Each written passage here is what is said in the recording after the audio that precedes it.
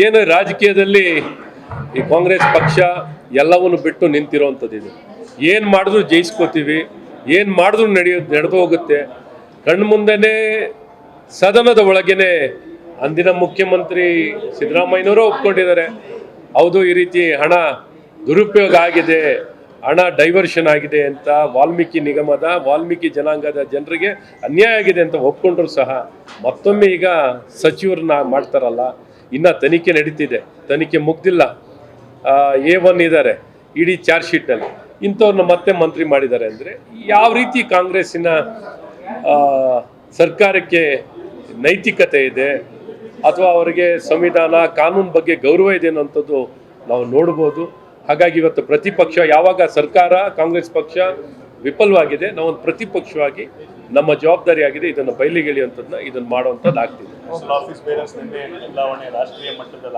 ನಾನು ನೂತನವಾಗಿ ಪದಾಧಿಕಾರಿಗಳಾಗಿರೋರಿಗೆಲ್ಲ ನಮ್ಮ ರಾಷ್ಟ್ರೀಯ ಭಾರತೀಯ ಜನತಾ ಪಾರ್ಟಿಯ ನೂತನ ಪದಾಧಿಕಾರಿಗಳಿಗೆಲ್ಲರಿಗೂ ಅಭಿನಂದನೆ, ಸ್ವಾಗತಿಸ್ತೀನಿ. ಒಳ್ಳೆಯದು, ಹೊಸೊಬ್ಬರಿಗೂ ಒಂದು ಅವಕಾಶ ಆಗಿ ಒಂದು ಹೊಸ ಪದಾಧಿಕಾರಿಗಳು ಒಂದು ದೊಡ್ಡ ಸಂಖ್ಯೆಯಲ್ಲಿ ಎಲ್ಲ ರೀತಿ ಎಲ್ಲ ಭಾಗಕ್ಕೂ ಅವಕಾಶವನ್ನು ಮಾಡಿಕೊಟ್ಟಿದ್ದಾರೆ. ವಿಶೇಷವಾಗಿ ನಮ್ಮ ಕರ್ನಾಟಕ ರಾಜ್ಯದಿಂದ ನಾಗರಾಜ್ ಅವರು ರಾಜ್ಯಸಭಾ ಸದಸ್ಯರಾಗಿ ಈಗ ರಾಷ್ಟ್ರೀಯ ಉಪಾಧ್ಯಕ್ಷರಾಗಿರೋಂಥದ್ದು, ಇದೆಲ್ಲ ಭಾಳ ಸಂತೋಷ. ನಮ್ಮ ರಾಜ್ಯಕ್ಕೂ ಪ್ರಾತಿನಿಧ್ಯ ಕೊಟ್ಟಿದ್ದಾರೆ, ಒಟ್ಟಾರೆ ದೇಶ ವ್ಯಾಪ್ತಿಯಲ್ಲಿ ಕೊಟ್ಟಿದ್ದಾರೆ. ಅವ್ರಿಗೆಲ್ಲ ಶುಭವನ್ನು ಹಾರೈಸ್ತೀವಿ. ಭಾಳ ಮುಖ್ಯವಾಗಿ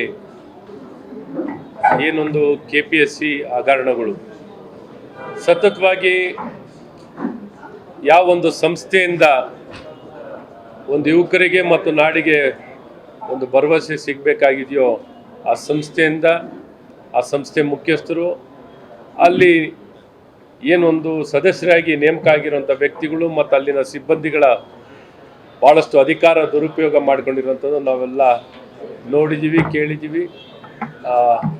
ಸತ್ಯವು ಹೊರಗೆ ಬಂದಿರುವಂಥದ್ದು ಇದೆ.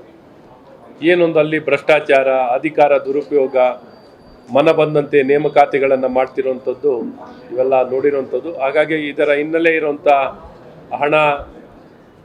ಹಣ ಪಡ್ಕೊಂಡು ಭ್ರಷ್ಟಾಚಾರ ಮಾಡಿಕೊಂಡು ಏನೊಂದು ನೇಮಕಾತಿಗಳು ಆಗ್ತಿತ್ತೋ ಈ ದಿಕ್ಕಿನಲ್ಲಿ ಇವತ್ತೇನು ಇಡೀ ರೈಡ್ ಆಗಿದೆಯೋ ಇದು ಒಳ್ಳೆ ಬೆಳವಣಿಗೆ, ಒಳ್ಳೆಯದು.